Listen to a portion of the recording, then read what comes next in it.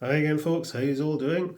Well, what on earth have I got myself into here? This is a Bachmann Wickham Trolley that was sent to me by a bloke called Martin. He said that this was running fine and then just suddenly stopped. So let's turn on the power. Not a sausage.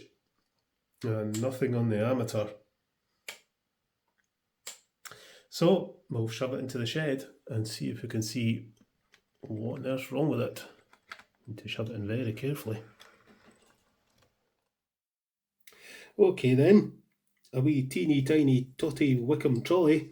Yeah, it's a nice wee thing, but I have to say, to my eye, this looks more HO scale than 00. Certainly the figures that are inside it are HO scale, whatever.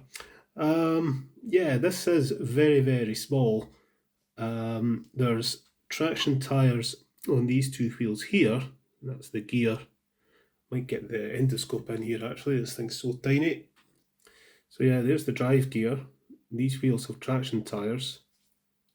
I think all the wheels have got pickups on them.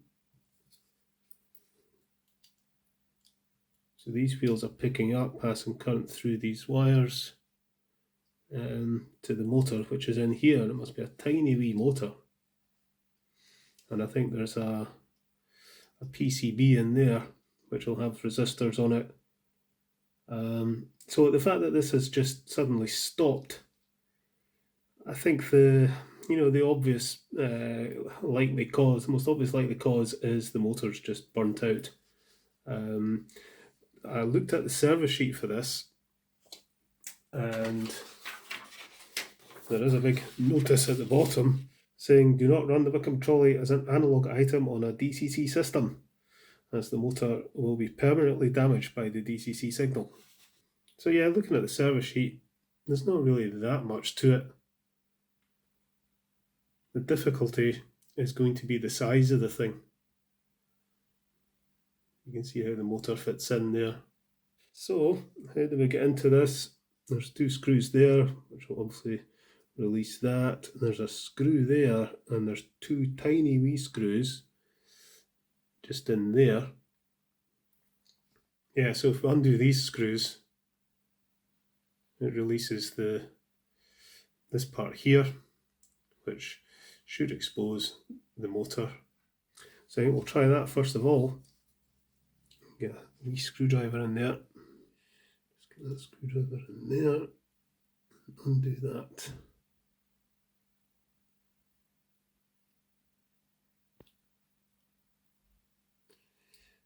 Same with that one.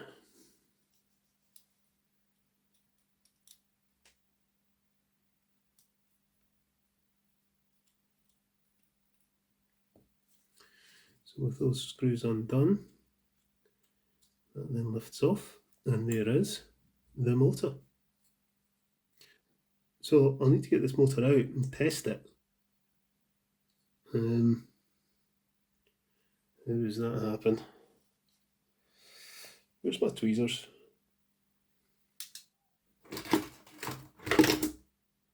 It's going to be one of those days. Right, anyway, let's get a wee screwdriver.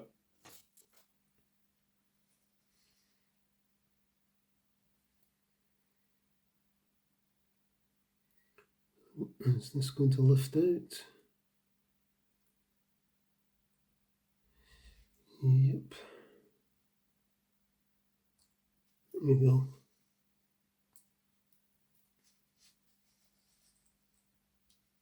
Just lifts out like that. To watch these wee screws. That's annoying, there's no exposed terminals on the motor. Take that off. Those wires are routed down through the chassis. There's joins in the wires there and there. So either the motor's burnt out, or there's a broken wire, or there's something wrong with the circuit board in there. I guess I'm going to have to open this up as well to have a look and see if there's anything obvious, because it's not going to be easy to test that motor. I'm going to have to, well, it looks like I'm going to have to cut the wires. Right, these wee screws come out. It opens up like that.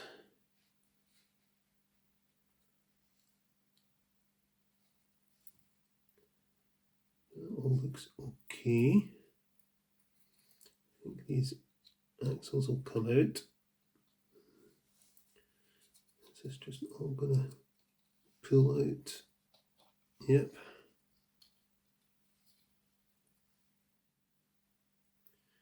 I mean, that all looks okay. It's very difficult to tell. I don't see any obvious damage. Okay, I'll look under here.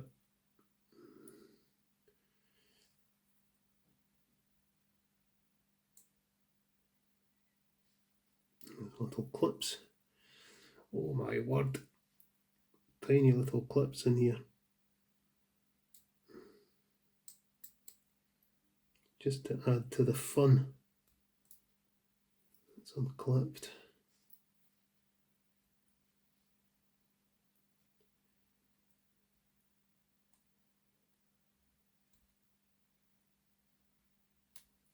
There we go. Right. So, alright, I think I see what's happening now. So those wires come in to there. Those two wires come into there, they join there, and then there's wire, right, okay. Blimey. So we've got wire comes from this pickup and from this pickup. And pickups making contact directly with this circuit board, and then these wires feed back to the motor.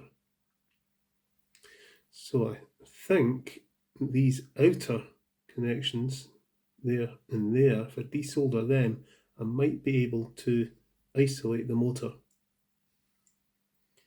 This is just all falling apart. The alternative is to try and strip the insulation off these joints and try and desolder the joints, which I think I like the idea of better. So I think that's what we'll do. That belongs with that. I've got a little screw stuck somewhere. Where is it? That one. There. So yeah, I'm going to have a go at stripping this heat shrink off to expose the joints, desolder those joints, and remove the motor. Then I can test the motor and see if it works or not. Fingers crossed it doesn't, because then it's a fairly straightforward fix to just get the replacement motor, if a replacement motor is available. That's a whole other problem. Let's try and just cut this off. There's one joint.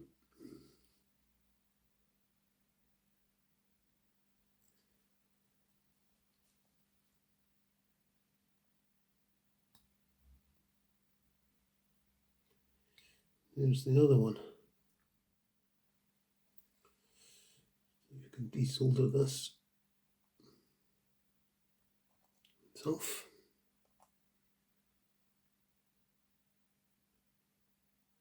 That's off. Right. Right, let's see if this will spin the battery. Nope. Nah, not getting anything. Right, okay, this motor appears to be dead. I'm going to go onto the Bachmann website and see if a replacement is available. Fingers crossed it is, because if not, I'm going to have a bit of a problem. So I'll go and do that, and then it'll be beer o'clock. But we'll come back to this hopefully in a few days' time once I've got a replacement for that. Fingers crossed. Okay, so a few days later, here's the new motor from Bachmann. It's come with the wires that go to little board in here already attached. There's the two joins that I undid, which I'm quite pleased about. I didn't fancy soldering two tiny wee wires like that back together, so it'll be a case of soldering these ends to the terminals in here. Just get the endoscope in. I initially thought that it was the two outer wires, these two, that went to the motor, but I think it might be these ones. This coupling acts as a sort of wire tidy, so I think we'll unclip that, and then we'll have a better idea which wire goes where, and it'll make it easier to sort them out, I think. So that comes undone. There we go. Which are the wires that go to the motor? Yeah, it's the two inner ones.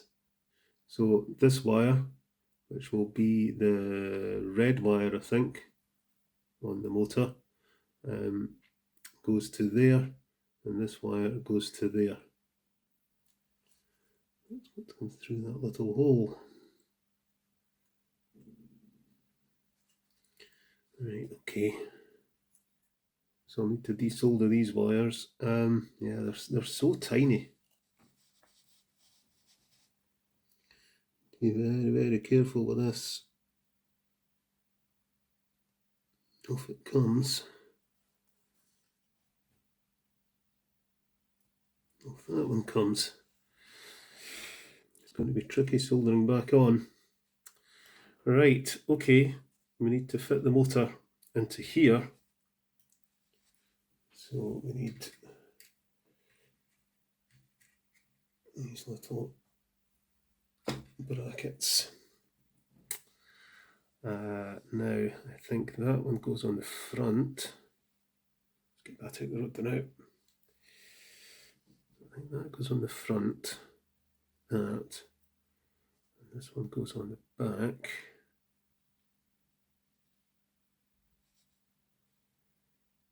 That. And I need to run the wires, gee whiz, underneath the motor, I think.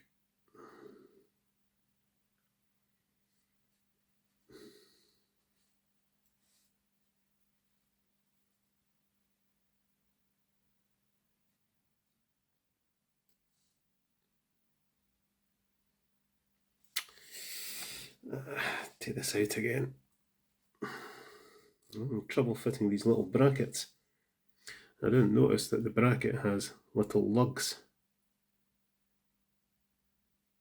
3 little lugs that fit into little slots in the motor. So this will only orientate a certain way. Didn't spot that. So it'll go like that, or it'll go, yeah, it'll go like that. Get the wires underneath.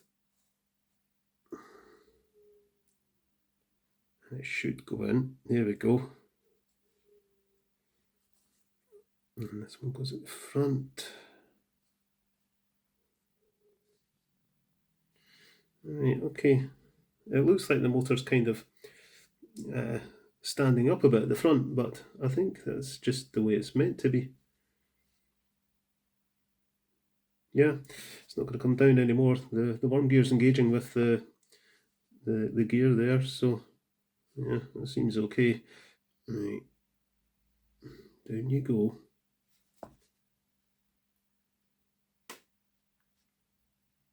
There. That's how it's supposed to go.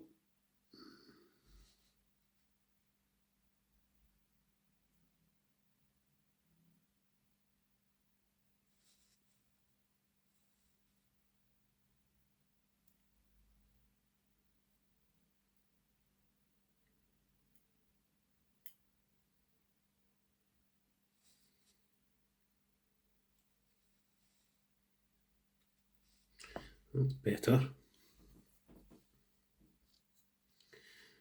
Now we'll put that on. Right, okay, I'm going to take this off again, but that'll certainly help keep everything in place and make it easy to tidy the wires up. Let me just get this off again though, because I want to grease up that worm gear. Some grease on there, and maybe a wee touch of oil just down in that gear. And then we'll have to try and solder that back onto there.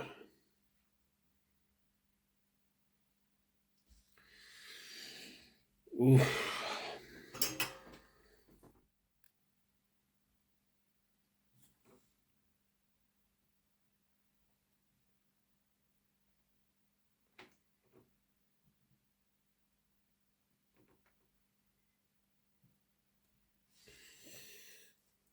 Right, okay. So, what did I do with my axles? There they are. Right, put these back in.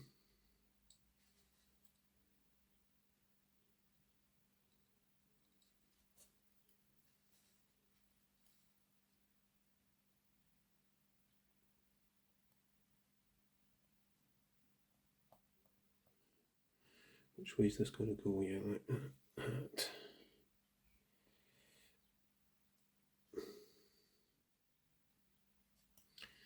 Let's try and get this in position first of all, I think.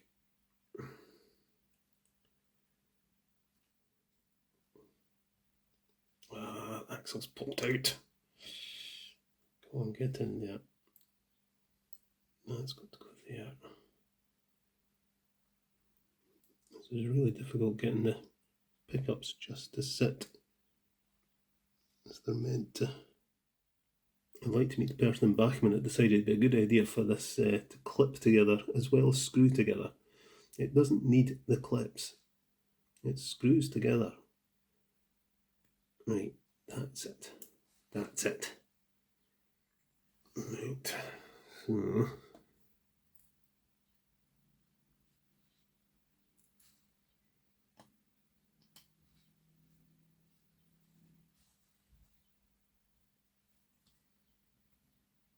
goes in there, and then we've got two teeny tiny dotty screws.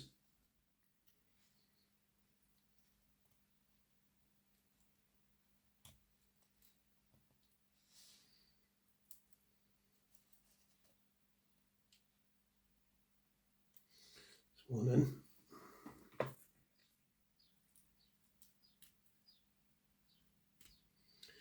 Right, okay.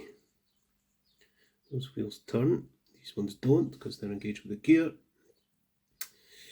Right, so I need to get that back in.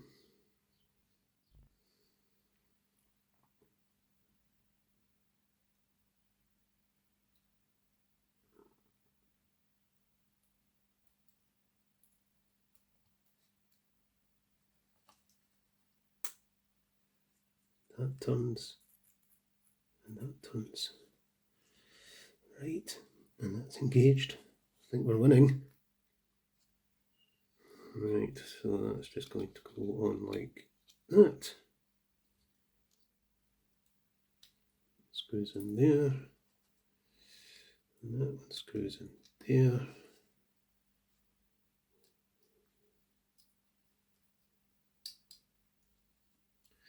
And there we go.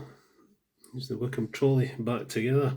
I really hope this works because I don't really fancy taking it all apart again. It's yeah, very tricky to work on. But like all these things, once you know what you're doing with it, it's not too bad, I suppose. Right, okay. Please let this run. Yay!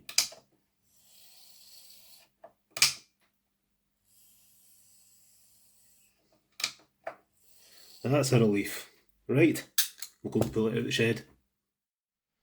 Okay then, out comes the Wickham Trolley.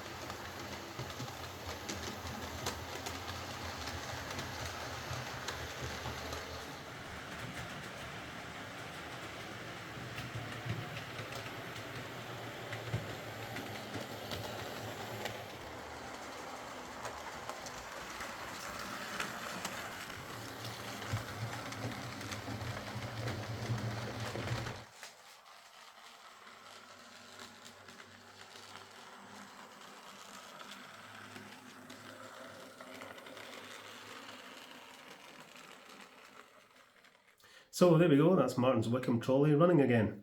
Not a bad runner really, considering its weight. It's very, very light, it only weighs 32 grams. I was half expecting it to be, a bit stuttery here and there, but it seems to handle points, etc. fine. Yeah, all this needed was a new motor, but blimey is it fiddly to work on, just because of its size. I suppose it's a taste of what working on N-gauge and other smaller scale models would be like. If I was to do another one of these, I think I'd find it a lot easier now though. Now I know how it comes apart and goes back together. There's always an element of winging it when you're working on something unfamiliar, but that's part of the fun. Yeah, I don't think this is double low gauge. I'd need to find the measurements of the real thing and check, but this looks HO scale to me. Look at the size of shug in there. But let me know in the comments, if this actually is double low gauge. It says double low gauge on the box, but it looks HO to me. It's a nice wee fun thing to have though. I may well pick one up at some point. Right, I shall get this packed up and sent back to Martin, and we shall see what's next. Catch you later, folks.